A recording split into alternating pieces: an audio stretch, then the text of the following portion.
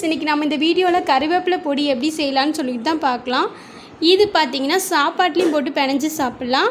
நமக்கு இட்லி பொடியாகவும் யூஸ் பண்ணிக்கலாம். நம்ம ரெகுலராக கருவேப்பிலையே நம்ம சாப்பாட்டில் சேர்த்துக்கும் போது நமக்கு முடி கொட்டுற பிரச்சனை, நமக்கு ரத்த சோகை இந்த மாதிரி இருந்ததுன்னா கண்டிப்பாக அது சரியாகும்.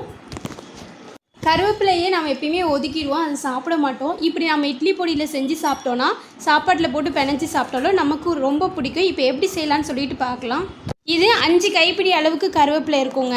நமக்கு கருவேப்பிலை எந்த அளவுக்கு தேவையோ அந்த அளவுக்கு எடுத்துக்கலாம். நம்ம கையில் எடுத்தோன்னா நசுங்கிற அளவுக்கு நாம் காய வச்சு எடுத்துக்கணும். நிழலில் தான் காய வச்சு எடுத்திருக்கேன். கடலைப்பருப்பு, உளுத்தம் பருப்பும் ரெண்டுமே பார்த்திங்கன்னா ஒரு 1/2 டம்ளர் அளவுக்கு எடுத்திருக்கேன்.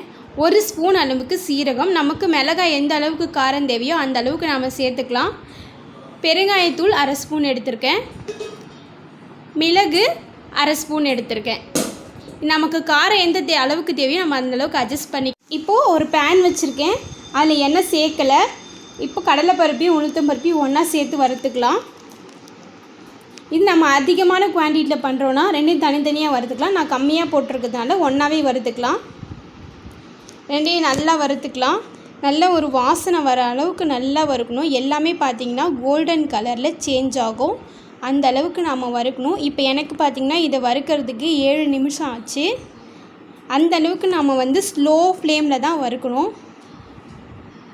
நம்ம அடுப்பு எந்த அளவுக்கு சிம்மில் வைக்க முடியுமோ அந்த அளவுக்கு லாஸ்ட் இதில் வச்சு தான் நம்ம வறுத்தோன்னா தான் நல்ல ஒரு உள்ளெல்லாம் வெந்திருக்கும். இப்போ பார்த்திங்கன்னா நல்லா வெந்துருச்சு.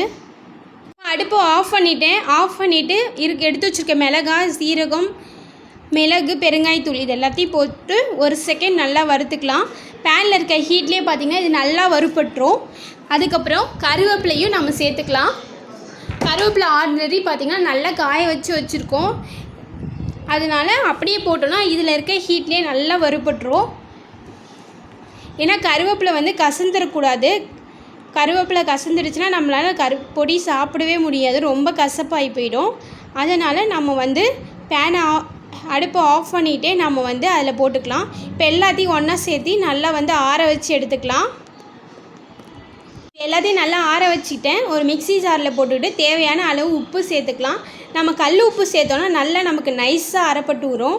இப்போ பார்த்திங்கன்னா நல்லா அரைச்சிட்டேன். ரொம்ப நைஸாகவும் அரைக்கக்கூடாது, ரொம்ப குறன்னு அரைக்கக்கூடாது. ஒவ்வொரு இடத்துல நம்ம சாப்பிடும்போது அந்த பருப்பு நம்ம கடிப்படுற மாதிரி இருந்துச்சுன்னா நமக்கு டேஸ்ட்டு நல்லாயிருக்கும். ரொம்ப நைஸாக பிடிக்கும்னா நைஸாக நம்ம அரைச்சிக்கலாம். இப்போ பார்த்திங்கன்னா ரொம்ப ஹெல்த்தியான கருவேப்பிலை பொடி ரெடி ஆகிடுச்சு.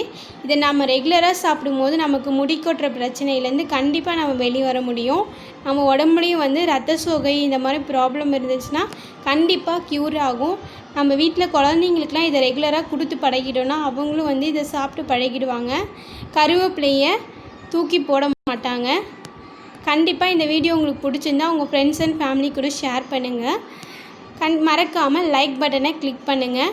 தேங்க்யூ ஃபார் வாட்சிங் டினி ட்ரீம் வேர்ல்ட்.